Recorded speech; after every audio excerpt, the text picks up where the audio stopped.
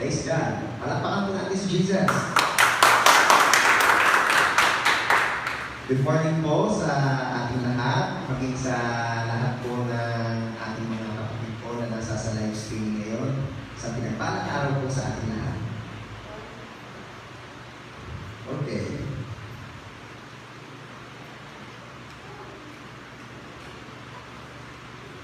Let me read to you this verse sa Galatians chapter 6, beginning verse 9. Galatians chapter 6, verses 9 and 10. Let us not become weary in doing good, for at the proper time we will reap a harvest if we do not give up. Verse 10, therefore, as we have opportunity, let us do good to all people, especially to those who belong to the family of believers. Huwag daw po tayong manghinawa o mapagod sa paggawa ng mabuti, sapagkat darating daw po ang panahon na tayo ay aani kung tayo ay hindi susuko sa paggawa ng mabuti. Meron verse 10, sabi po doon, kaya nga tuwing may pagkakataon, lagi daw tayong gumawa ng mabuti sa lahat ng tao, lalo higit sa ating mga kasama sa pananampalataya. Yan. Alam niyo po, ito pong panahon natin ngayon ay panahon na kung saan ang mga tao ay somehow na-encourage ng sitwasyon na tumingin sa pansarili niyang interes. Gumawa ng mga bagay para sa ikabubuti ng sarili o ng sariling pamilya o ng sariling sambahayan. At maaaring may mga tao na ang pananaw ngayon o ang salitain o ang sinasabi sa kapwa ay kanya-kanya muna tayo ngayon. Ayan. Sa madaling salita, itong panahon dinadanas natin ay panahon na kung saan nag-encourage sa mga tao na mag-isip na, ay, teka muna, kanya-kanya muna tayo ngayon. Ito ang panahon na kung saan mas lalo natin isipin ang ating sarili. Yeah. Pero again, ang sabi po doon sa verse na binasa natin kanina ay, huwag daw tayong mapagod o magsawang gumawa ng mabuti. Hindi naman po sinabi doon na huwag magsawang gumawa ng mabuti pagka okay ang panahon. Pag mabuti ang sitwasyon. So, ibig sabihin, in good times and in bad times, the Lord is expecting from us na tayo ay hindi nananawa sa paggawa ng mabuti. Okay. Kaya nga po ngayong araw na ito, minarapat po na inyong lingkod, ito ang ating mapag-usapan. Pag-usapan natin, paano nga ba na sa biyaya pa rin ng Diyos ay hindi tayo mapapagod sa paggawa ng mabuti? Talaga, basta makakapagod pala yun. Kasi meron na paalala ang Bible huwag kang mapapagod sa paggawa ng mabuti. So, ibig sabihin, possible. Possible pala na mapagod ang isang tao sa paggawa ng mabuti. Diyan po ang pag-uusapan natin. At ang title po ng aking session sa inyo ay huwag mapagod sa paggawa ng mabuti. Let's pray. Lord, salamat po sa napakagandang araw na ito na muli pinagkaloob niyo po sa amin. Una sa lahat, humihingi po kami ng tawad sa aming mga kakulangan, sa lahat naming kamalian. Salamat po sa biyaya ng kapatawaran. At salamat po sa biyaya ng katuwiran na siyang nakikita niyo po sa amin, ang katwiran ng Panginoong Jesus. Salamat, Lord. Sa araw na ito, ang hiling po namin ay ang pagsama mo. Banal na Espiritu, turuan niyo po kami. Bless the lips of your servant as you bless the ears and the hearts ng mga makikinig. Maging crystal clear po ang lahat naming pag-uusapan. At hayaan niyo, Lord, na salita mo lamang ang mahayag at huwag yung ganang amin. Salamat naman. Lord, we dedicate to you this service. Maging yung mga kapatid po namin nasa live streaming ngayon, kilusan niyo din po sila, Ama. Pagpalain niyo po ang lahat na makakarinig at maaabot ng mga pag-uusapan namin ngayon. Salamat po. We dedicate to you this day. We dedicate to you this service. We bless you, Lord. Salamat po, Ama. Ito po ang aming prayer in Jesus' name. Amen. Well, mapalakpakan ulit natin ang the best Jesus. Sabihin po natin lahat, maging yung mga nasa sa live streaming, huwag mapagod sa paggawa ng mabuti. Huwag mapagod sa paggawa ng mabuti. Ang tao po ay merong tendency mapagod o magsawa. Maaari sa una, ang tao ay na-excite. Ayan. Naalala ko po, maaaring may mga taong na-excite nung nabalitaan nilang magkakaroon ng mahabang bakasyon o lockdown. Na-excite sila kasi mahaba ang panahon ng pahinga, mahaba ang panahon ng tulog, mahaba ang panahon na walang gagawin. May mga tao kasi nga they love to rest. Kung ano man din, bakit nakagayon? Na nung tayo yung mga bata, we hate to sleep. Gusto natin maglaro. Ayaw natin matulog. Ang panakot ng magulang ay hindi ka lalaki. Lalaki din naman eh. Ano? Pero nung tumatanda ang tao, we love to sleep. We love to rest. Kaya nga nangyari, nung bata, pinapagalitan dahil ayaw matulog. Ngayon, pinapagalitan kasi tulog na tulog. Okay. Ang maaaring yung mga tao, may mga taong nabalitaan nila na magka-lockdown na may mahabang bakasyon dito and they're so excited. They're so excited. Ang problema po, at kasi nga, ganito ang tao, habang tumatagal, nakakapanawa na. Nakakapanawa na rin pala magpahinga. Nakakapanawa rin pala matulog. Ang nangyari tuloy yung iba nagka-problema sa sleeping habit nila. Mahaba ang tulog sa umaga, hindi makatulog sa gabi. Yan yung problema, alam? Kaya makikita mo, anong oras na, online pa. O kaya pagbuhay mo ng messenger mo kinaumagahan, makita mo, ano lang, 3 hours ago. Nagbuhay ka ng alas 6 ng messenger, makita mo yung 3 hours ago online, 4 hours ago. Bakit mo sa tulog ito? Ano pa? Yung mga mahilig sa mga magagandang view. For example, sunset. Diba? Yung mga, ako kasi personally, gusto ko po, isa sa nai-enjoy ko talaga kapag ka po nag-outing, lalo kapag sa dagat, ay yung view. Ano? Gusto ko yung sunset, yung sunrise, gusto ko yung magandang tanawin, yan. Alam ko, yung mga boys natin, gusto rin ng mga yan, magandang tanawin. Yan. Kaya laging nakatanawin sa magaganda. Ayan po. Yung mga live group ko, malamang nakikinig yan. Relate. Okay. Tuloy ko lang yung kinakwento ko. Ako'y excited pagka ako'y pupunta ng tabing dagat kasi nai-enjoy ko yung view, lalo na yung sunset.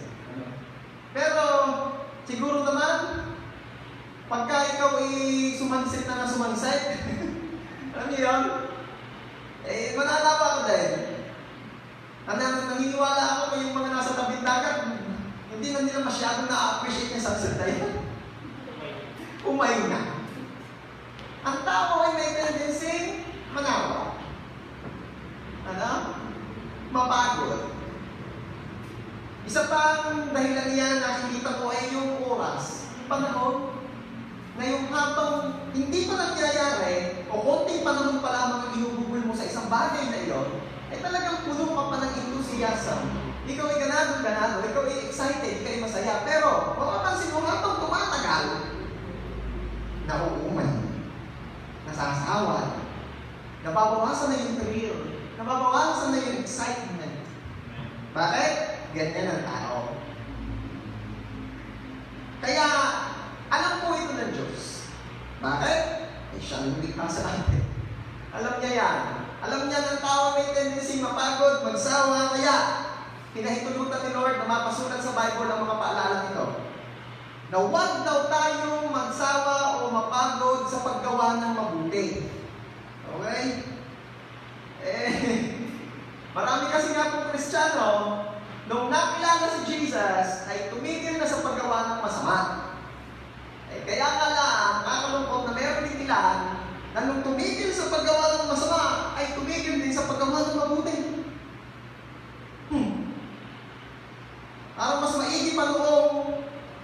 nakakakilala kay Lord, noong panahon iyon, matulungin sa mga tropa. At tapos nung nakakilala ka sa Diyos, siyempre, may mga pagkakataon talagang hindi na makasama sa tropa dahil nga nang may conflict patungkol sa mga ginagawa, ay nabawasan na ang gumawa ng masama, ay nabawasan din naman gumawa ng mabuti. Kaya again, paalala ng Bible sa atin, huwag kang itigil sa paggawa ng mabuti. Huwag kang magsasawa. Huwag kang mapapagod. Ngayon, pag-usapan natin, ano ba ang mga dapat tandaan para hindi tayo dumating doon sa punto na tayo'y mananawa ng gumawa ng mabuti? Ano ang mga dapat nating tandaan? By the way, bago magpatuloy, posible ba talaga na ang isang tao ay dumating doon sa pagkakataon na siya ay mananawa o mapapagod sa paggawa ng mabuti? Yes. Kapag ang tao ay nakaramdam na siya na lang lagi, siya na lang lagi natulog, siya na lang lagi nagbibigay, pag nararamdaman na niya siya ay abuse na. Or, pwede rin naman kapag ka nga kagaya ng sitwasyon ngayon, maaaring siya ay encourage ng sitwasyon to stop doing good to others at sa halip mag-focus sa sarili. Maraming basihan pero ang punto ko, yes, posibleng dumating sa pagkakataon na ang tao ay mapapagod sa paggawa ng mabuti. Kaya nga pag-uusapan natin ngayon, ano ang mga dapat tandaan para di mapagod sa paggawa ng mabuti? Una, kailangan natin itong maalala o matandaan lagi na tayo ay blessed to be a blessing. Pwede ba i-declare mo ngayon, I am blessed to be a blessing? I am blessed to be a blessing. Gusto ko po sana kahit yung mga nasa sa live streaming, ganun din. Pag meron tayong mga sinasabi, pinatideklara, declare it also to yourself. Pwede ba? Ulitin natin. Sabihin natin, I am blessed to be a blessing. I am blessed to be a blessing. Amen. Kung may kasama ka ngayon, pwede ba i-declare mo sa kasama mo, you are blessed to be a blessing. You are blessed to be a blessing. Amen. Kailangan natin yung matandaan, maalala. Ano? Na ikaw ay pinagpapala hindi lamang para ikaw ay mag-enjoy yung blessings, kundi para ikaw ay maging instrumento ng pagpapala ng Diyos marami. Let me read to you 2 Corinthians chapter 9, verse 8. 2 Corinthians chapter 9, verse 8. Magagawa ng Diyos na pasaganahin kayo sa lahat ng bagay at higit pa sa inyong pangangailangan. Wow! Kaya daw ni Lord na pasaganahin tayo sa mabubuting bagay at higit pa sa pangangailangan natin. Sino dito gusto makaranas na bibigyan ka ni Lord ng blessings na sobra-sobra pa para sa'yo? Wow! Diba? Yun ang gusto natin, yung sobra-sobra. At tuloy natin yung verse. Magagawa ng Diyos na pasaganahin kayo sa lahat ng bagay at higit pa sa inyong pangangailangan upang sumagana kayo para sa mabubuting gawa. Ayun! Alam niyo po, yung labis-labis na blessing, may purpose at intention talaga ang Diyos dyan, kaya yan ay pinararanas sa'yo.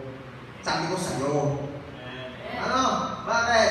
Ang intention niyan ay para naman magkaroon tayo ng kakayanan to share it. Eh sa hirap naman yung mag-share nang wala ka namang i-share. Naranasan niyo na kayo? Ang kasamahan na ay yung magbabudget ng walang budget. Oh, ito mga kailangan natin, budgetin nga. Tapos, magkano budget natin dyan? Wala. Hirap. Ang hirap ibigay ng ulang pa sa iyo. Meron ding mahirap, yung sakto lang. Aminin na natin yung totoo. Mahirap talaga yung kulang. Pero totoo, mahirap din yung sakto. Hirap ka nga naman nung kakain na kayong mag-anak at biglang may humingi sa inyo ng pang-ulam. Alam mo namang agawin mo pa yung ulam na nasa plato ng anak mo para ibigay sa iba. Para namang hindi ata normal yun. Ang punto ito, kaya nga nakalooban ng Diyos sa atin ay pasaganahin tayo ng higit sa ating kailangan. At ang intensyon ng sobra-sobrang pagpapala ay yung kung ito'y maibahagi sa iba. Amen ba? Hindi pasto. Ang intensyon ng sobra-sobrang pagpapala ay para maipon. I have nothing against sa pag-iipon. So, usapang ipon tayo. Alam niyo po ang advantage na nangyayari ngayon, ay hindi nga tayo nakakagala, hindi tayo nakakapunta sa mga mall, less ang gastos, ano? Mapwera na lang, kung lagi ka nakatingin sa Facebook mo, ay talagang mapapagastos ka. Atuhan mo, lagi na lang ikaw gaya ng gaya. Oh, aray, masarap aray. Aray, maganda aray. Tapos bakit aray siya okay? Ay, aray, ayos din aray. Eh, siya nga. Pastor, hindi naman mo makakalabas. Eh, kung may sabi sa iyo, ito tutur na ang laban kayo. Wow! Miski yata kakalahating kilong tuyo. Basta bilhin ka magbayad ng shipping, tutur yan. Kaya talagang, alam mo, hindi ito kontrol eh. Pero kung tuloy ito ang panahon na talagang kung magkukontrol ka rin ng alaman, ito ang panahon kung saan hindi makakipon. Okay? Bakit ko napapamitan itong ipon na ito? Don't think, huwag mong isipin na ang purpose lamang ng labis na pagpapala ay para maipon. No. Again, don't get me wrong, church. I have nothing against sa pag-iipon. That is good. Gusto ko yan. At dahil kami mag-asawa, kami po'y nag-iipon. Actually, si Queen, binilahan na po namin yan ng piggy bank. Tinuturuan namin mag-ipon. Kaya pala, tuwi na lang nakikita ni Queen na may hawak kaming pera. Gusto ikuhanin lahat at ilalagay sa kanyang piggy bank. Mahigpit mag-ipon ito. Ayaw ng barya. Ang gusto ilalagay niya sa kanyang akansya ay thousands daw. Thousands! Kaya sabi ko, ay talaga, iba itong aming anak, naturuan ko mag-ipon, eh, ibang klase mag-ipon. Pati pambili na ng mga kailangan bilhin, pag nakita ang hawak mo, akar mo sa iyo, let's save. We will buy diaper. We will buy milk. Let's save. No. Not allowed to buy. Hira. Okay. So, again, please, church, don't get me wrong. I have nothing against pag-iipon. Yan yung maganda. Kailangan mo. Pero, paalala, hindi masama ang mag-ipon dito sa lupa. Pero paalalahanan din natin ang ating mga sarili, huwag lang mag-ipon sa iiwanan, mag-ipon din sa daratnan. Come on. Masyad namang napopokus ang iba sa pag-iipon at pag-accumulate ng napakadaming material blessings, earthly blessings, na minsan hindi rin naman niya naaalaala na yun iiwan din lang. May napapag-usapan na natin ng mga nakaraan, sa totoo lang, yan ka naman, pagka dumami ang yaman na yan, minsan yan yung dami ng yaman na napapagsimulan pa ng dami ng yaman. Pangalawa, yung dami ng yaman yan ay hindi rin naman madadala sa daratnan. Ano nangyayari? Yung yamang iniwan, minsan ay pinagpapabagan nila ang mga naiwan dito.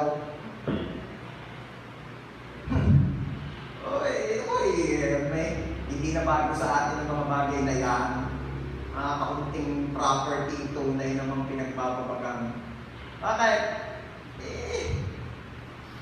Ganun eh. Material blessings, that is good. Pero, please, huwag masyadong i-focus ang sarili diyan. Ano ba?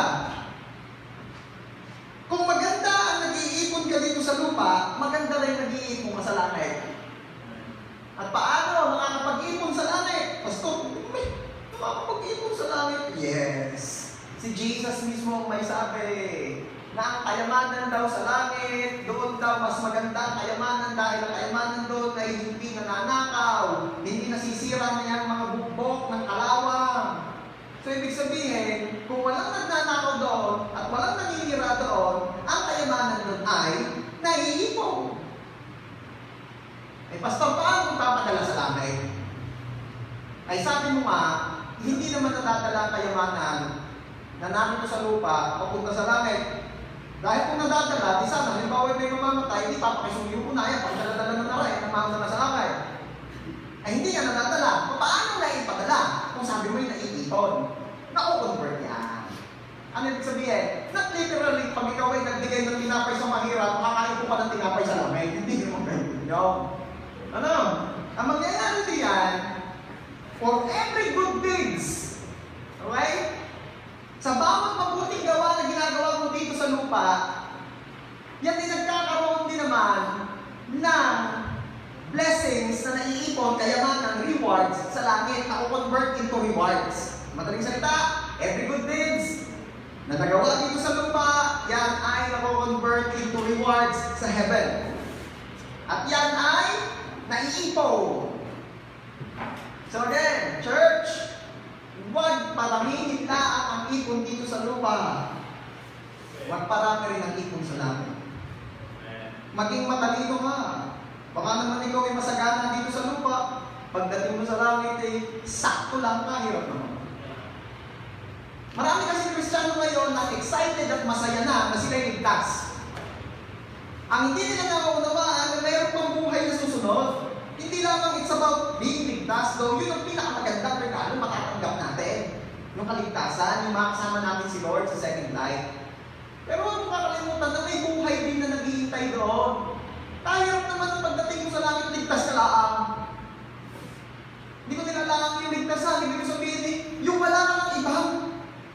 Wala ka ng ibang kung meron ka sa langit, hindi ligtas lang. Yun lang. Samantalang yung ibang mga nakasama mo nabubuhay sa lupa ay meron silang mga pinaghaharian. Dahil ang sabi ng Diyos, ang napagkatiwalaan sa earthly blessings, pagkakatiwalaan sa heavenly blessings. Ang napagkatiwalaan sa mga kayamanan dito sa lupa ay pagkakatiwalaan ng kayamanan sa langit. Si Jesus mismo nagsasabi yan eh. So, alam natin na hindi lamang basta ang buhay sa langit. Hindi lamang basta ang naghihintay na buhay sa second life. Na kung sa hell, pero may napag-usapan lang natin, hindi ko naman sinasabi doon tayo pupunta, talagang may gusto doon. Sa hell, hirap ang naghihintay. Ibig sabihin, sa langit, ang naghihintay, magandang buhay. Okay? Alam mo, church, huwag niyo kasing akalain na pagkadating natin sa langit, tayo ay parang mga angels na doon. Wala na ibang ginagawa. Ano? No! Social being pa rin tayo doon for sure. Social beings tayo doon for sure. At tayo ay mayroong capacity, kakayanan pa rin to enjoy blessings even sa langit. Sabi ng Bible, tayo daw ay kakain doon, hindi para mabusog, kundi para masarapan. Dahil di man yung problema ng mga tao ngayon dito sa lupa, nakasarap kumakain na yung problema ng may nabubusog. Kung pwede ka lang daw hindi nabubusog, meron kang gayon. Yes, sa langit. Sa langit, kakain daw tayo, hindi para mabusog, kundi para masarapan. Sino excited doon? Amen! Oh, taas ang amen ang palaman. Napakalakas din ang amen sa mga nasa live streaming. Ano? Ay, doon daw sa langit ay wala nang lungkot, walang dusa, wala nang pagluha. Ay, sino excited doon? Amen! We are so excited sa blessings na meron sa langit. Therefore, gusto makita nyo eh. Hindi nyo basta-basta lang pagdating sa second life. May naghihintay doon buhay. Kaya nga, ngayon, ipinapaalala at pinauunawa na sa ating Bible, hey! Huwag puro dito lamang sa lupa ang paghandaan mo. Paghandaan mo rin ang susunod. Hindi ko naman sinasabing tumigil ka na sa pangangarap dito sa lupa. Hindi ko naman sinabi, ba't ako'y bibili pa ng lupa? Pala na may wala rin na bibili. Sa langit na ang paghahandaan ko. Ba't may pag-aaral pa? Hindi naman pala naman matadala yung mga yan. Oo nga, hindi mo nga matadala. Gusto mo nagang pumunta sa langit. Ang tanong naman ngayon gusto mo nagang pumunta sa langit. Hindi pa po. O, hindi habang naritok pa sa lupa, asikasuhin mo rin ang mga kailangan asikasuhin dito sa lupa. Yun ang hindi ko sabihin. Hindi naman porket sinasabi natin ngayon na be eternity-minded, you will be irresponsible na sa buhay mo dito sa lupa. Come on! Nakipag kayo? Amen. So again, in connection sa ating pinag-aaralan ngayon, may nag-iintay na buhay sa langit. Kaya, yung blessing mong sobra ngayon, ang intention niyan ay hindi lamang for you to enjoy it, for you to ipon it. Ano? Ang intention ng pagpapalang sobra is for you to share it. Maging pagpapala. At maaaring dumadating ka na sa point na ikaw ay napapagod. Kung na lang lagi nagbibigay pasto. Kung na lang lagi na nagtatanim. Kailan ka ako makakaranas na ako natatamnan? Naalala ko meron isang magtatanim na nagkikwento, nag-share sa akin. Pastor, lagi siya nagtatanim. Kaya ito napansin ko sa kanya, pag siya tinataniman, hindi siya sanay. Sanay siya magtanim, magbigay. Pero hindi siya sanay na siya natataniman. Bakit siya hindi sanay? Malamang nga kasi siya isa. Doon sa mga sinasabi ko, na lagi na lang nagbibigay pero bihirang-bihirang mabigyan. Kaya alam niyo, nung mga nakaraan, sabi namin magkasama, mahal, ito yung sasadyain natin. Yung mga magtatanim, tanim natin. Tingnan mo, magugulat ang mga yan, malamang hindi sanay. Sila yung nagtatanim lagi. Ganyan nga, reaction eh. Ala, pastor, bakit po? Tanim? Bakit po? Hindi kayo magtatanim, ba't tinatanong mo? Ba't di alam mo na yan? Bakit po? Hindi sanay. Church, alam mo? Ito yung tip. Kung gusto mo na isang ikaw ay mag-bless ka na, ikaw ay malaki agad ang ipon mo sa heaven, targetin mong taniman, yung mga tatanim. Bakit? Yan ay matatapang lupa. Hindi matabalang, ha? Matapang lupa. Hindi ko sabihin talagang yung mga yan ay alam mo naman yan, maging matalino ka, ano? But then again, please, huwag naman ninyong iisipin na ito'y gagawin natin for the intention na maging mag-bless tayo. Talaga naman kahit hindi mo isipin yun, pag ginawa mo yun, mag-bless ka talaga. Okay? Taniman mo yung mga magtatanim. So going back dyan sa mga minsan ay dumadating na dun sa point na siya napapagod na. Hindi na lang ako nagbibigay. Lagi na lang akong naunawa. Lagi na lang akong uunawa. Lagi na lang akong tutulong. Lagi na lang akong magpapasensya. Isasabihin ako sa iyo kapatid, kung ikaw ay dumaranas na ngayon ganito, mamimili ka lang. Ikaw ang magpapasensya o ikaw ang laging magpapasensya. Mamimili ka lang. Ikaw ang laging magpapatawad o ikaw ang laging patatawarin. Alam niyo kapatid, parehas na rin lang ang mahirap. Doon ka na sa mas maganda. Itong mga bagay na pinag-uusapan natin ngayon is mas padaling sabihin sa totoo lang. Talaga lang ito ay ating role to preach it. At hanggang ngayon, patuloy pa rin humihingi ng biyayang magawa. Pero ito ang aming realization na gusto ko i-share sa inyo, church. Parehas nila naman mahirap din. Kahirap ka naman lagi rin ikaw ang pinagpapasensya ka. Come on! Kahirap din naman lagi ikaw yung tinutulungan. Kahirap din naman lagi ikaw yung tinutunawa. Mahirap din yun. At mahirap din naman yung lagi na lang ikaw ang nagpapasensya. Mahirap din yung lagi ikaw ang umuunawa. Mahirap din yung lagi ikaw ang tumutulong. Parehas na rin na ang mahirap. Piliin mo na yung mas maganda. Hello? You are blessed to be a blessing.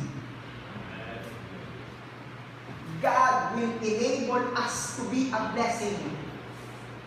Huwag kang mag-alala, hindi mo naman solo yan God is with us.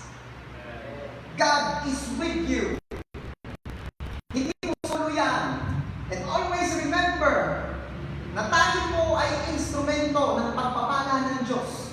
Hindi talagang ikaw yan. Hindi talagang, never Ako ang magsusupport sa church, kaya ang church ay nag-i-exist. Oh, big time ba? Tumigil ka. Eh kung hindi dahil sa aking mga successful deals, wala ang nangyayari sa church. Ay, ano? Kung hindi kay Lord, wala kang successful deals.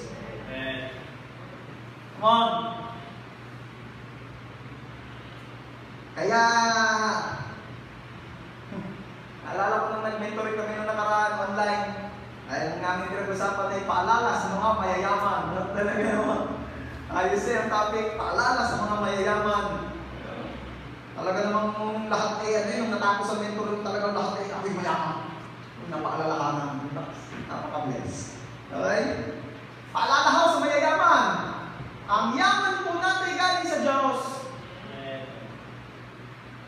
Huwag natin iisipin na tayo yung mga self-made.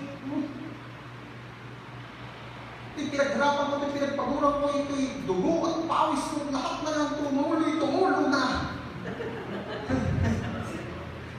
Not to mention na yung iba, mahala yung pag-isay.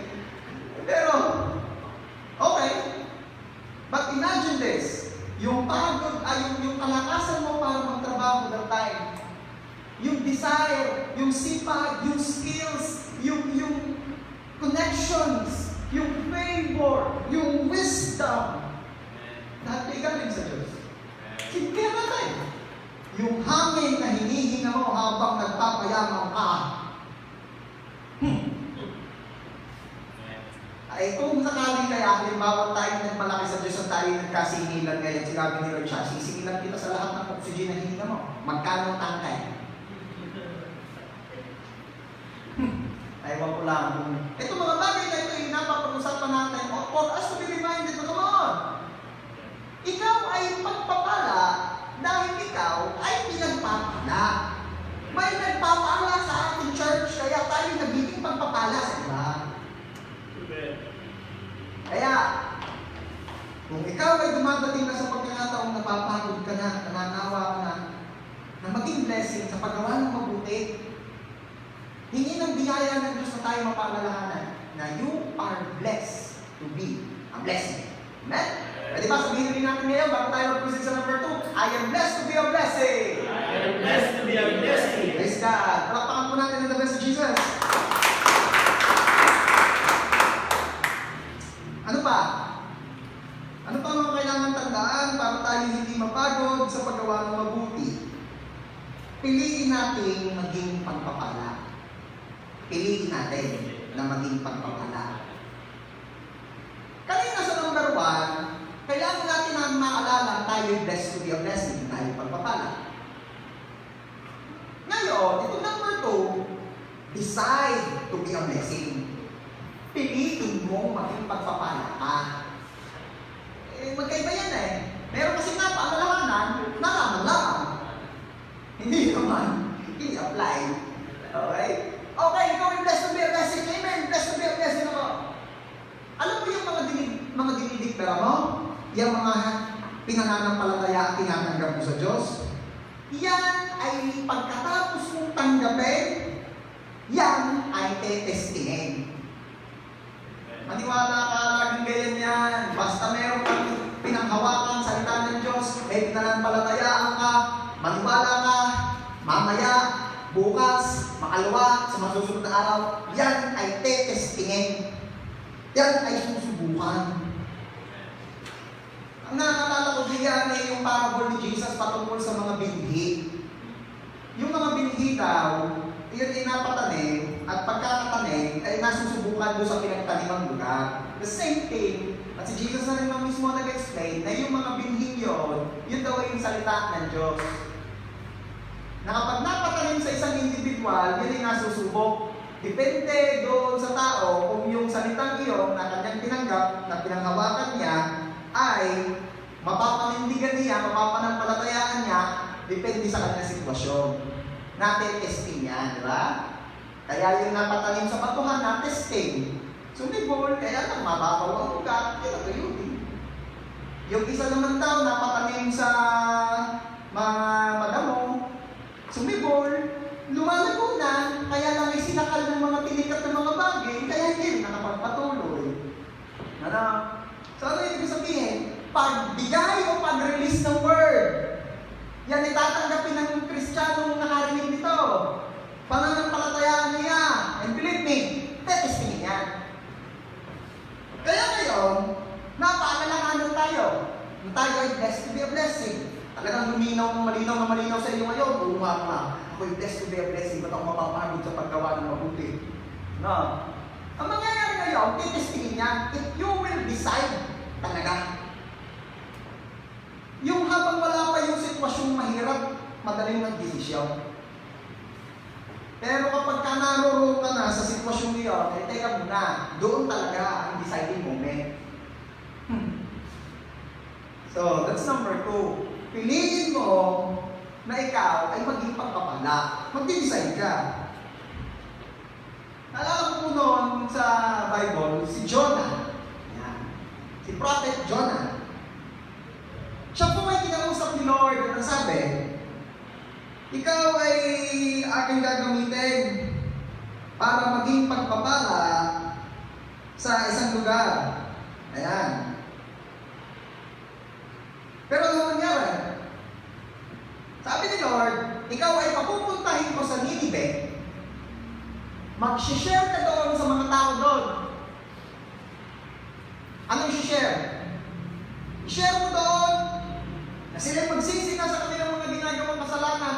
Dahil pag di sila nagsisi, ang galit ng Diyos ay babagsak sa kanila. Sila ay magkakaroon ng problema, sila ay malilipot. Kaya ang assignment ni Lord kay Jonah, Jonah, pumunta ka sa Ninive, mangaral ka doon upang ang mga tao ay magsisi, manumbalik sa akin, para hindi na nila maranasan ang kaparusahan ng kanilang mga kasalanan ginagawa. Okay? So, given na si Jonah ay isang propeta, siya'y blessing. Imagine mo yung propeta, naririnig mo ang mga salita ni Lord. Ikaw ay binigyan ni Lord ng kakayanan to say the things directly from the Lord. Eh, di blessing yun. Ano? Given na si Jonah ay pagpapala, pero alam niyo po, nakakay Jonah pa rin ng desisyon kung siya ay magiging blessing. Ano ang naging desisyon ni Jonah? Ako ay blessing dahil ako'y propeta, pero ayaw kong maging blessing. Ayaw kong maging blessing. Ano ang katulad niya? Ay, ang napaalalahanan talaga na ako'y blessed to be a blessing. Ako'y maraming blessing.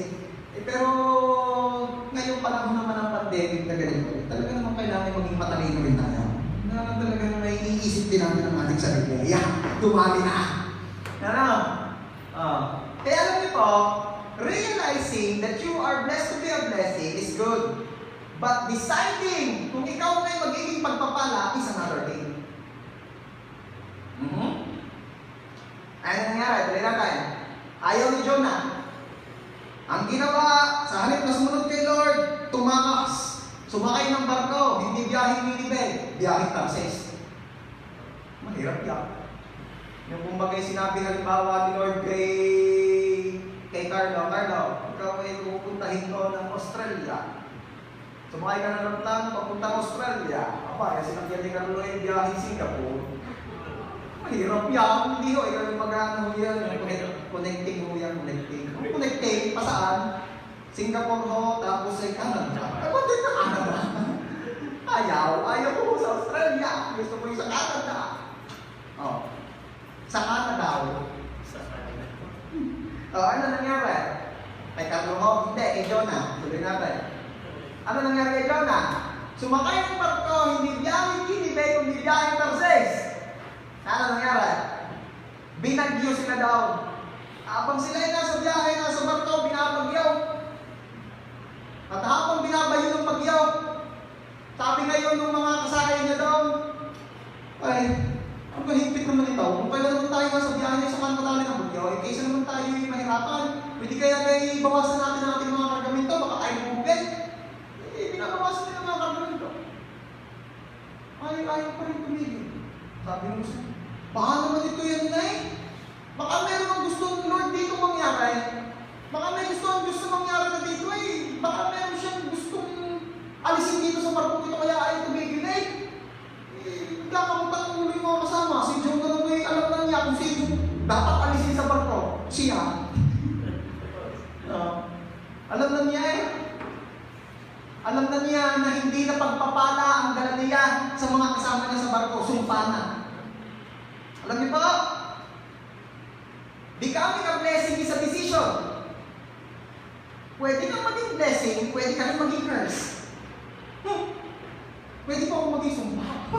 Sabi ko pagpapala. Minsan. Yung sa halip sana na mabe-bless na yung tao dahil sabi ni Lord sa iyo, i-bless mo yung taong yun, ayaw mo. Ano nangyari? Sa halip ka maging blessing ka doon sa taong nangangailangan that time, hindi kayo naging curse. Bakit? Hinindar mo yung blessing ka para sa kanya. Aba, yung hirap yan. Pag may pinabibigay, ibigay. Huwag mo kurakutin. Alam niyo, lagi lang sasabihin ng iba, ang corruption daw is a government rampant. Alam mo, minsan, kahit sa Kristiyano, may corruption. Ipinabibigay na ni Lord sa kapwa Kristiyano, ayaw pang ibigay. And tawag daw, kurakot.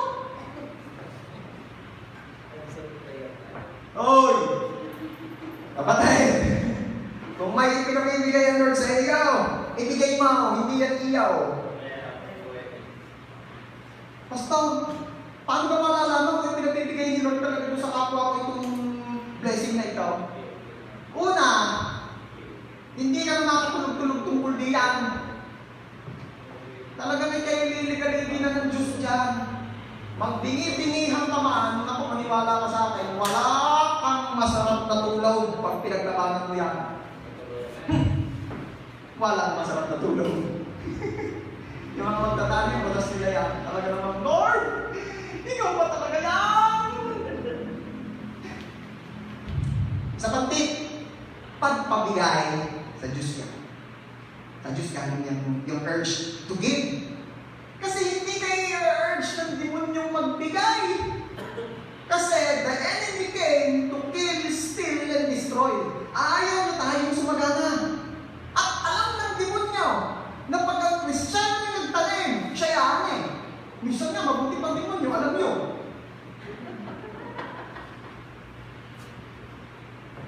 Kaya anong gagawin niya?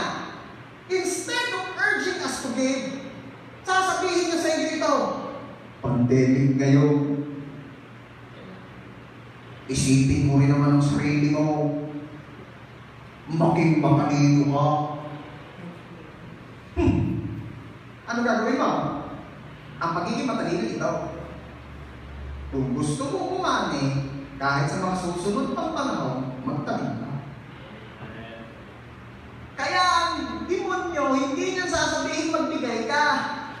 Kaya if there is an urge for you to give, hey! Huwag mo nang tanungin kung sino yung nag-urge na yan sa'yo, si Lord yan. Yung iba kasi, sabi ni Lord, bigyan mo yung katabi mo ngayon, wala yan pamasahe, nagpilit lang yan pumunta sa church ngayon.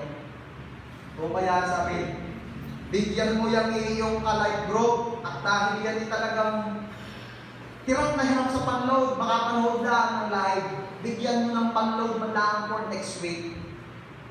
At sabi mo naman, Lord, ikaw mo talaga yan? Oo, ako ito. Get me away from me, Satan. Layuan mo ako sa talas. Alam mo, kung ako makakarinig ng inyong conversation ni Lord at kayo ng mga dali mo, sasabihin ko sa iyo ako sa tanas. Tumingin ka. Hindi kailanman magtuturo sa atin ang demonyong magbigay. Lagi nang sasabihin ng demonyo, ipakabay. Isipin mo, sarili mo, sarili mo, sarili mo, sarili mo, sarili mo. Ay, ano? Ibang kalamahang kasalanan. Ang kalamahang kasalanan daw ay pagsuway. Nung sinuway ni Adan at ni Eva ang Diyos, na huwag kainin ang pinagbabawal na bunga. Hindi pa yaw. Ang unang-unang kasalanan ay noong inisip ni Lucifer ang kanyang sariling interes. Nung inisip ni Lucifer na sa halip sa Diyos ibigay ang glory, kinuha na niya. Ang gandang angel. Wow! Ako'y blessed and anointed. Wow! Ako'y leader ng music team sa langit. Wow! Kapantay ko na si Lord. Wow! Sabi ni Lord, hangal. Dabang sakit na sa mukha. Sama mo na yung mga request mo. Ang unang kasalanan ay noong nag-isip sa sarili. Ang demonyo, pride. Kaya kapag ang bulong sa inyo, sa halip na tugibay, isipin ang sarili, isipin ang sarili, isipin ang sarili, siya magpapray ka na. Mahirap yan. Hello? Ikaw sa pag-aaral? Never ever nasa gilid ng demonyo, ikaw yung pila. Kaya, we need to decide. Di ba sabihin natin, pinipili ko na maging blessed to be a blessing. Ulitin ko naman yung mapalalahanan mo, ma-realize mo ikaw blessed to be a blessing is a good thing. But deciding na ikaw ay maging blessed to be a blessing is another thing. So we need to decide. Tuloy natin ang ginawa ni Jonah. E dito si Jonah, sa halip na blessing ang maibigay sa mga kasama sa barko, ay sumpa ang ibigay, dinala. Iisipin mong sa halip sana kasarap-sarap ng biyahe mo, ayaw ka naman kayo, kahit walang mga modern gadgets ng panahon yun, kahit pa paano may kakayanan sila malaman kung anong magiging panahon. Hindi ka naman mga doon na lumaki sa dagat, mga magdaragat, walang mga formal na pag-aaral, pero kaunting tingin lang nila sa activity ng mga ibon, sa alon, alam nila kung uulan o hindi. Ganun yung mga yan eh. Kaya pinag-iwan lang somehow, yung mga bagong bumiyahe, isang mga anticipated na nila na hindi yan umulan, hindi magkakapagyo, umulan man, hindi bagyo. Kaya sila tataka, bakit tayo pinabagyo? Pinagkaralan na natin ba dito, bakit tayo pinabagyo? May problema rito eh, mayroong something dito eh. Nag-usap-usap sila, sabi ng isa, tinatanong ko ng aking Diyos, wala namang sagot ang aking Diyos. Sabi ng isa, ako naman tinatanong ko ng aking Diyos, pero mukhang ang parating ng Diyos sa akin, hindi yung something dito sa parating itaw. Kapatid, huwag kang gagaya kay Jonah ng time na yun ha. Be a blessing carrier, not curse carrier. Paalala ko sa mga nasa sa bahay ngayon, maaaring ikaw ay isang anak. Ikaw ay ngayon ay wala akong ginagawa dahil ikaw ay estudyante. Hindi ka pa napasok ulit. O nagsimula man ng online classes, syempre mas magaan pa rin kumpara sa napasok lagi.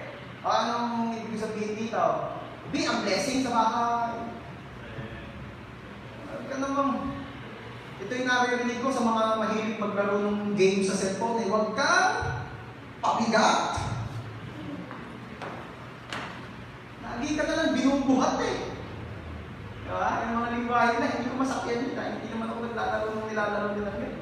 Pero ito yung nabanggit ko ngayon, naisip ko na i-relate ko eh. Huwag kang pabigat. Ikaw ay gumawa ng something na magiging pagpapala ka sa iyong bahay. Sino na naman yung maghugas ng pinainan? Sino na naman yung labhan mo na yung damit mo? Wala ka naman tagalabas sa inyo Come on! Be a blessing. Ikaw ay mag-decide kung ikaw ay blessing carrier or curse carrier. So ano nangyari? Si Jonah, nagkaalam mo na. Ito ang dahilan. Malamang ito na. Siguro may tinesting na nila. Ihagis mo nga rin. Ihagis mo nga ako. Kung bagyo pa rin balik. Nag-testing na siguro. Ihagis mo nga rin. May bagyo pa rin, balik. Isa na natin ha. Ikaw. Sabi ni Jonah, Hindi ako. Bakit mo? Sasabihin mo ako. Hindi ako. Buhatin na yan. Hindi na ako. Nung ihagis, tumigil ang bagyo. Sabi ng mga tao, tama, siya nga. Ano lesson? Hoy, Kristiano, na nasa sa bahay ngayon, o ikaw ngayon walang work, walang trabaho, huwag mong hintayin ihagis ka. Napapaalalahanan ka ngayon, mag-decide ka. Napapaalalahanan ka ngayon ha, mag-decide ka to be a blessing. Huwag mong italing ihagis ka ng mga kasama mo sa bahay. Bago maging pagpapala. Hello! Lalo na kung hindi naman ang mga batang maliliit, kung may mga teenager na college lang, mabante, come on, be a blessing. Huwag mo nakita yung ihagis ka. Okay. Ano pa? Isang story rin sa Bible, si Balaam eh. Si Balaam po ay isang propeta din. Kaya lang kung si Balaam ay semi-bulaang. Paano ko nasabi? Si Balaam po kasi ay prophet for, anong tawag doon? Prophet for hire. Ano ibig sabihin? Magiging propeta siya, depende sa kalamaran. Kung ako bayaran mo, depende yan. Sa pag-uusap. Kakaibang propeta, ano? Pero siya propeta, kausap siya ni Lord. Ngayon, si Prophet Balaam, binayaran ng isang hari na kalaban ng Israel. At anong gagawin? Susumpain ang Israel. Palibasa may si Balaam ay Bulaam. Sabi, sige, yan may kaso mag-uusap. Depende naman yung magkano. Paglaki ng bayan siguro pag hindi na sumpang bibitawan ko siya. Kasan daw, eto na niya. Sabi ngayon ni Balaam, tayo aakyat sa bundok, doon sa yung lugar na kung saan kita yung buong Israel. May inarayan, kasama na sila. Susumpay na, sabi ni Balaam. At ngayon, idinilip lang ako sa bayan ng Israel na ang kaharian nito ay, kung susumpay na ay, mapapagpala! Ba't yung tignan pagpapala ang lalabas sa bibig? Nagagalit kayo ng hari, sabi ng hari, taga mo bayad ka, handong gamo. Ba't di binayaran kita para sumpain mo na ano mo pinagpala, lugi ata ako. Ano nangyari? Kasi nga, hindi mo kayang sumpain ang pinagpapala ng Diyos. Ano sabi ko? Hindi kayang sumpain ang pinagpapala ng Diyos. Ay sabi mo kanina, ay pwede ang isang tao ay hindi pagpapala ang dalagang di sumpa. Kaya nga, magdidesisyon ka for you to be a blessing. Tuloy natin ang kwento di ba? Sabi pala,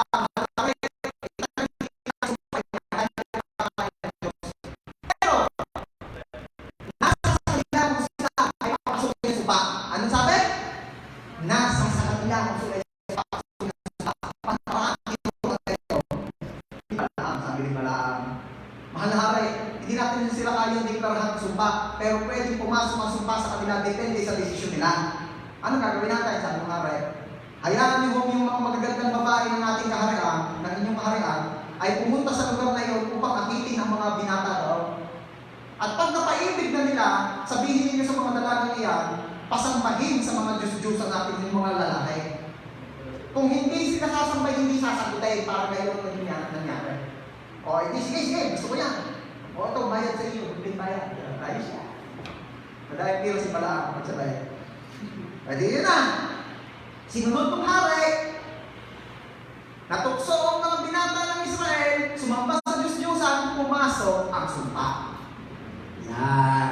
So, reminder, church, ang pinagpapala ng Diyos ay hindi kayang sumpain ng sinuman. Pero, ang sumpa ay pwedeng pumasok, depende sa desisyon ng Kristiyano. Okay? Kaya, ikaw yung mag-decide. You want to be a blessing carrier or a curse carrier? You decide. Pero i-encourage ko kayo ngayon, choose to be a blessing. Sabihin mo nga sa katabi mo, pinipili kong maging pagpapala. Pinipili kong maging pagpapala. Okay. So much for that. So again, pinag-uusapan po natin dito yung mga dapat na tandaan para tayo hindi mapagod sa paggawa ng mabuti. Una, paalala sa sarili, ikaw ay blessed to be a blessing. Pangalawa, piliin mo na maging pagpapala. And lastly, number 3.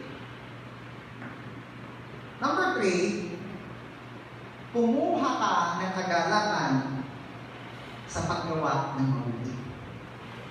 Kumuha ng kagalakan sa paggawa ng mabuti. Bakit kailangan kumuha? Kasi nga, ito ang mapapansin mo sa mga napapagod na wala ng joy.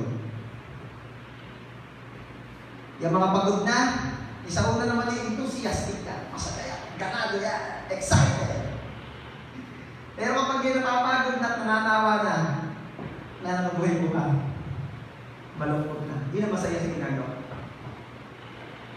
Kung ayaw mong dumating ka na doon sa puntong ikaw ay napapagod na sa paggawa ng mabuti, humingi ka sa Diyos ng kakayanan, kumuha ng kagalakan sa ginagawa mo ito. Maging masaya ka na ikaw ay pagpapala.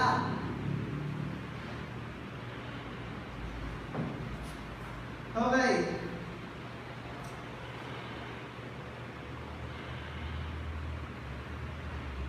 Pwede bang balikan ulit natin yung verse natin? Galatians chapter 6 verses 9 and 10. Galatians chapter 6 verses 9 and 10.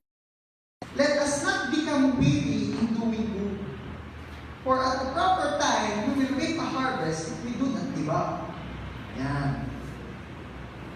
Huwag daw mapagod sa paggawa ng mabuti dahil dadating ang panahon na tayo ay aani kung di tayo susuko. Yan. Papaano tayo ngayon makakakuha ng kagalakan sa paggawa ng mabuti, sa pananatiling gumagawa ng mabuti? Ito ang nakita ko. Magiging masaya ka kapag naunawaan mo that there is a reward waiting for you. Alam niyo po, pinapansin ko sa mga company, ang mga korporasyon na nag-handle ng mga empleyado. Ginagawa nila, napaka-effective kasi itong sistema ito. Nagsiset po sila ng mga reward system. Reward system. For example, kung ang inyong company nasa sales, hindi ka lamang nasweldo, hindi ka lamang may allowance, meron ka rin commission, incentive. Hindi konsumisyon, iba kasi konsumisyon na commission. May commission. O kapag halimbawa, alala ko yung isang live group ko, minsan nakikita ko kumakain sila sa labas, yun ang i-trip ng ate niya kasi ay naka-quota. Kasi yung company nila ganun, pag nakakakota ka ng benta, for example, meron pang something, siguro, yung check, mga ganun, mga reward system.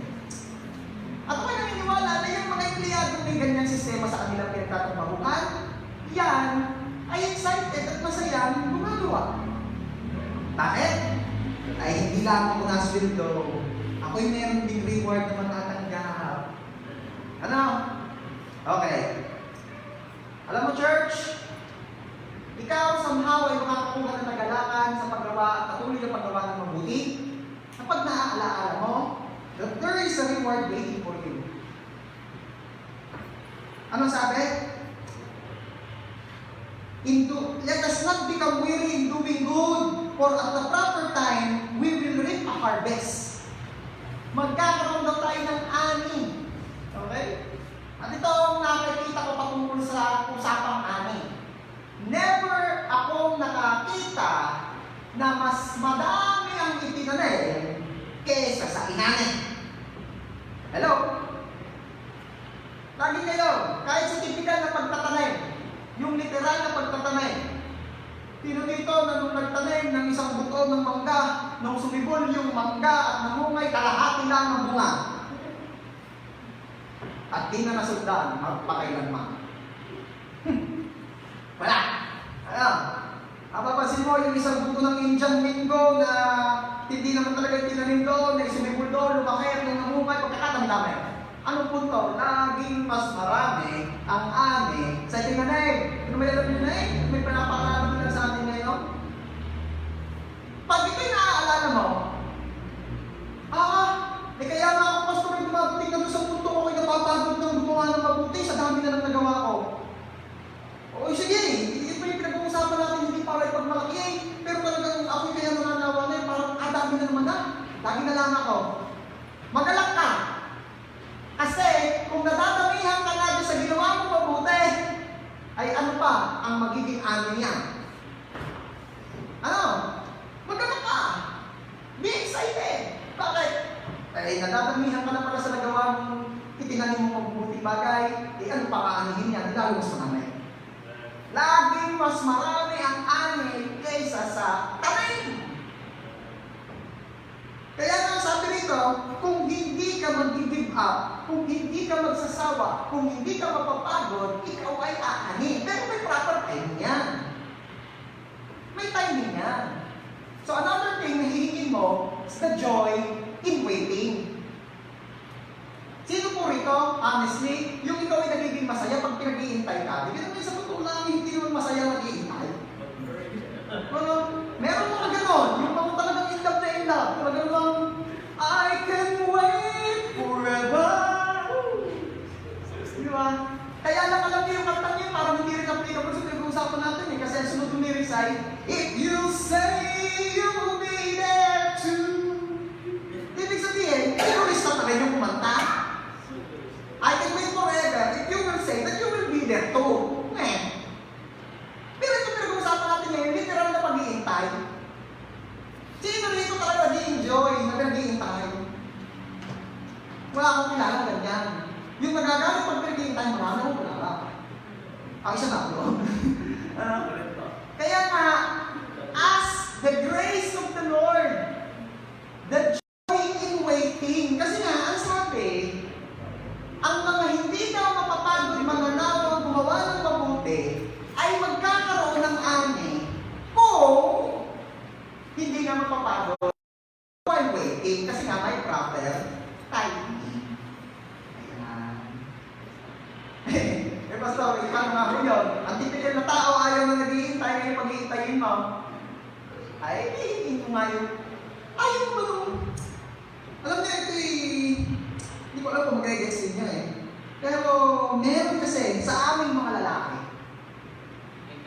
meron kaming something, meron kaming joy na nakukuha while waiting for the girl that we're pursuing. Ano niyo yun? Nagbibihan ng mga girls, pero sa boys, ganun eh. Alam ko, relate tayo sa isa't isa eh.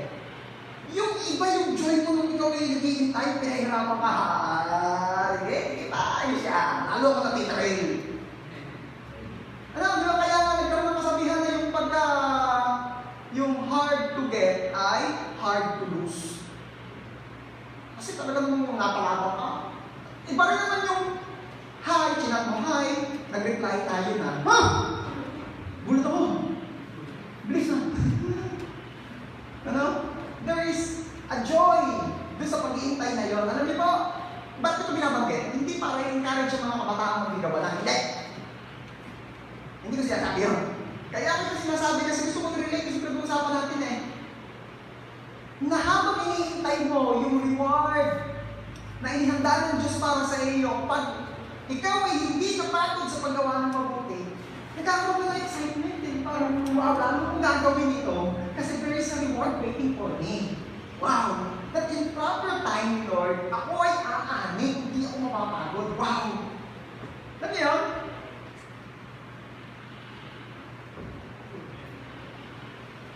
Matthew 25:40. Matthew chapter 25, verse 40. Truly I tell you, whatever you did for one of the least of these brothers and sisters of mine, you did for me. Sa Tagalog, sabi ni Jesus, katotohanan sinasabi ko sa inyo, yan ang ginawa ninyo ito sa isang pinakamaliit sa kapatid kong ito, ay sa akin yung ginawa. Bakit po sinabi ni Jesus? Kasi nga maaaring dumadating na lang sa punto kapatid na ikaw ay pagod na. Lagi na lang ikaw mangka, pasensya, lagi ikaw natulong, lagi ikaw bibigyan, lagi na lang ikaw mabuti.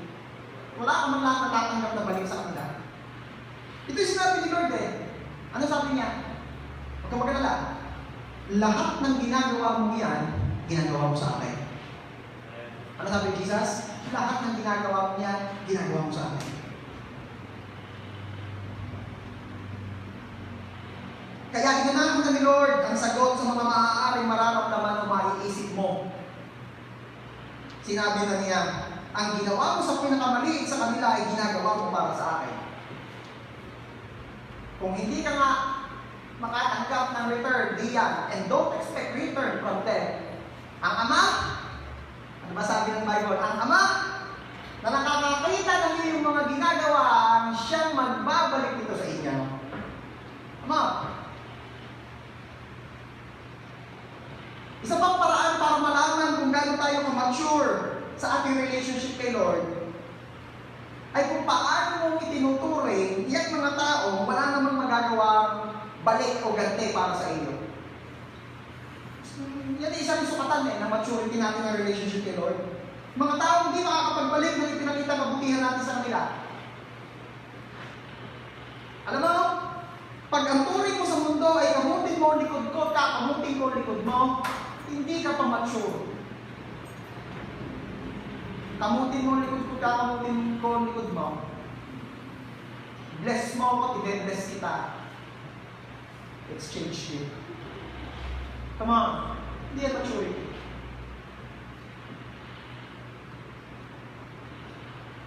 Kung gusto natin mabuhay sa paraan gusto ng Diyos, maging mabuti tayo sa lahat, kahit sila ay hindi pa nagiging mabuti sa atin. Sino po naniniwala dito na i-paradise sa atin? At anong ginawa ng Diyos? Na nung tayo ay mga kaaway pa niya, si Jesus ay namatay para sa atin. Na nung tayo ay walang kakayanan ni kagustuhan na magbalik ng pag-ibig sa Diyos, noong panahon iyon, hindi pa natin siya nakikilala, ang Diyos ay nagbigay, nagpakita na ng pag-ibig sa atin. When Jesus, the only Son of God, died on the cross for us. Like Father, like Son. Kaya kung tayo po, we're claiming na tayo yung mga anak ng Diyos, when we accepted Jesus as our Lord and Savior, come on, church. Let's be like our Father in heaven.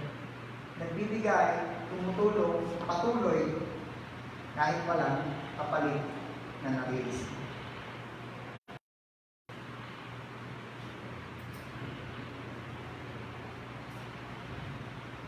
Huwag kang mamapagod, kapatid, sa paggawa ng mabuti. Ang Diyos ay hindi bulag para hindi niya makita ang mga ginagawa mo.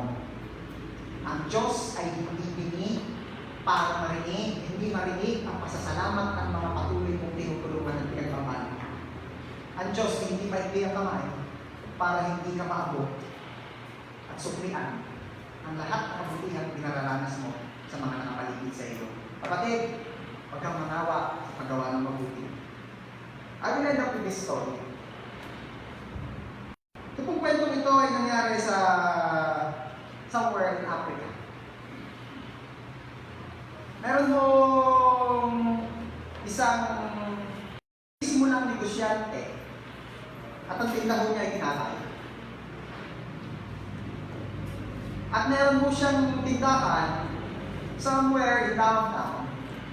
At may mga katabi rin po siyang mga tindahan din doon na tindahan. Palagay din sa Africa, kung sa Pilipinas, pag kami tindahan isa, yung gayahan na, kakahiliran ng purbay ng tindahan. Sa Africa siguro somehow kayo. At ito ang nangyari. Napapansin mo nung negosyante nito na yung kanyang mga katabi tindahan, ay katabi na nabili. Yung ganun tipong lalakad na papunta sa tapat ng tindahan niya at nung malapit na biglang liliko at sa kabila bibili, sabi niya, ano naman nangyayari sa negosyo ito? Entertain mo na biglang doon ako sa kabila kumuha, di ba? Sa mas pamilya. In-entertain mo na, talaga naman ikaw na lahat ng mga sabay. Asya, sige, bibili na ako. Sige mo, ano pong gusto niya? Yung nasa kabila, tayo mo eh. Yan ang napapansin niya. Sabi niya, paano ba ako magpo-provide sa pamilya kung pag gaganito ng ganito? Paano ba ako makakabayad ng bills pag ganito ng ganito? Nakita niya yun, habang siya'y nagmumuni-munit na lulukot dahil wala siyang benta, yung kanyang mga katabing tindahin mamaya pa.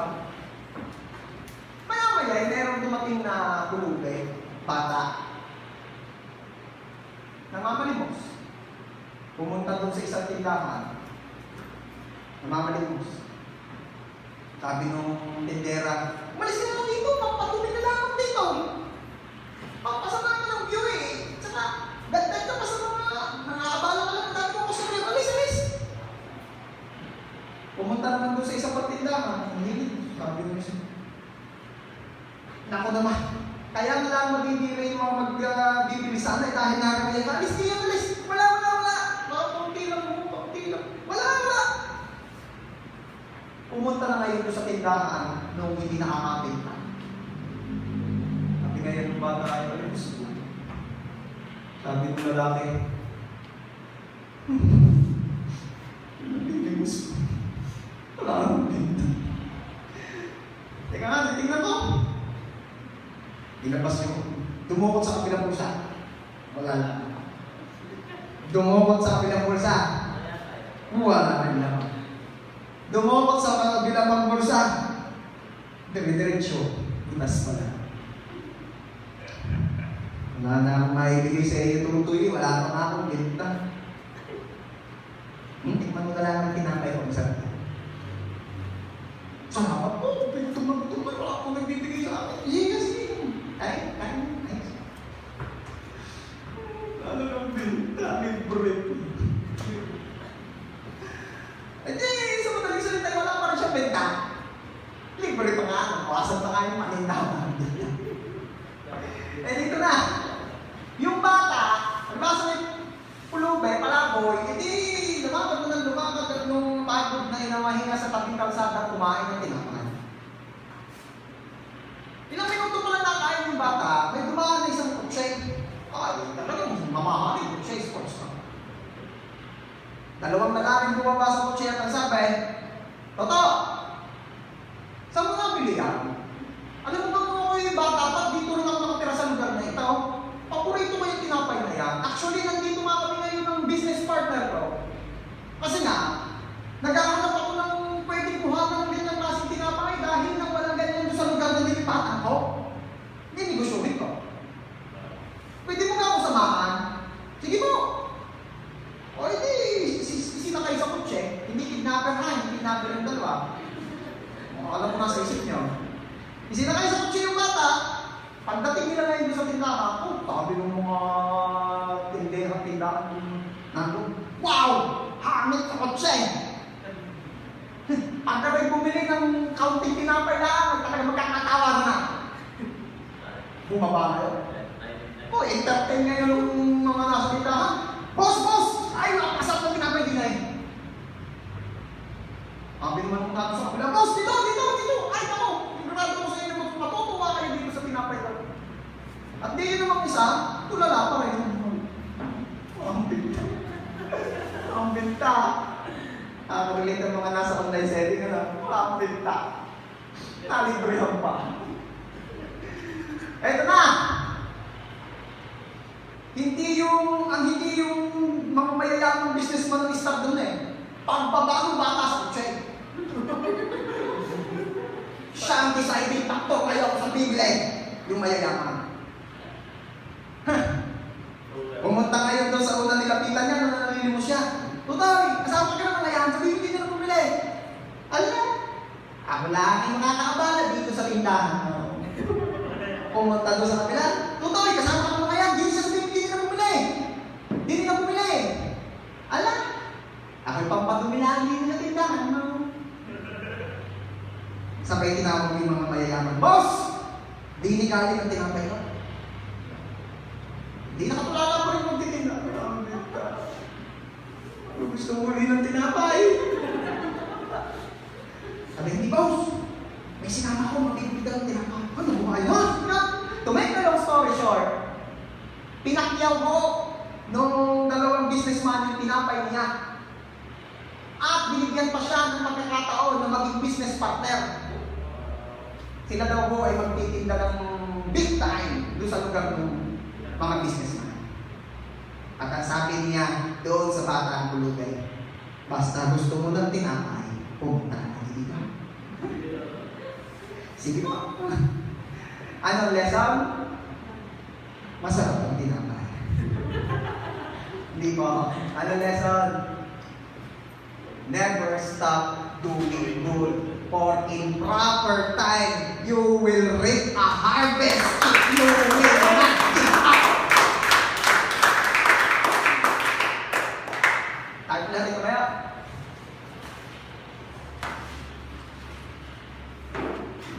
Lord, maraming salamat sa pagsama mo sa amin sa araw na ito.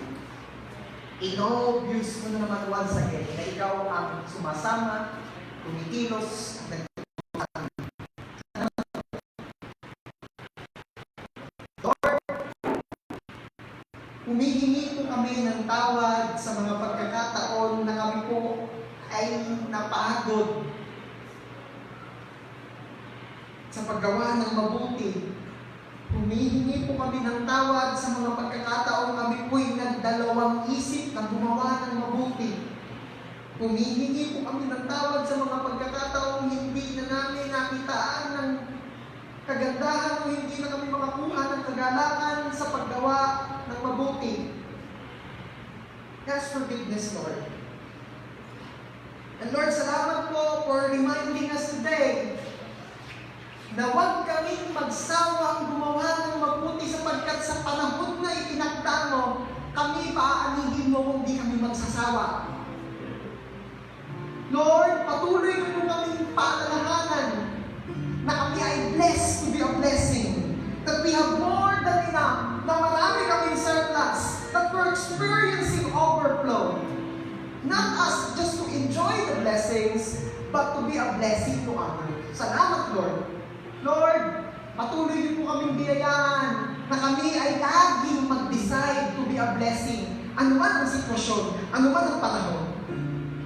And Lord, salamat po dahil naniniwala kami na Ikaw ay Diyos, nakita ang lahat ng aming ginagawa.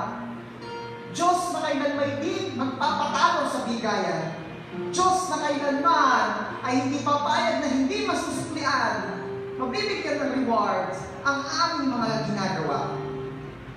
Thank you so much, Father. I am declaring na ang lahat ng nakikinig na aabot ng tinig na ito, ng teaching na ito, I am declaring na ang biyaya ng Diyos ay mag-uumapaw sa iyo. Ikaw ay bibiyayaan ng Diyos na sumagana sa bawat mabubuting bagay upang patuloy kang sumagana sa bawat mabubuting gawa. I am declaring na ikaw at ang iyong buong sambahayan ay pasasaganahin ng Diyos ng higit sa inyong pangangailangan upang maging pagpapala ka rin sa marami. I am declaring that the Lord will never stop doing good to you. He will let you experience His goodness upang ikaw ay walang ibang choice kundi magumapaw at i-share din ang pagpapala sa iba. And I am declaring na ikaw ay hindi mapapagod sa paggawa ng mabuti at sa tamang panahong itinakda ng Diyos, ikaw ay aani dahil hindi ka mapapagod sa paggawa ng mabuti sa biyaya ng Diyos. Salamat po, Ama. Thank you so much, Father. Let us abound in every good things so that we will abound in good works and it will bring glory to your name, O Lord. Thank you so much, Father. To you alone all the glory and honor. This is our prayer. In Jesus' name, amen.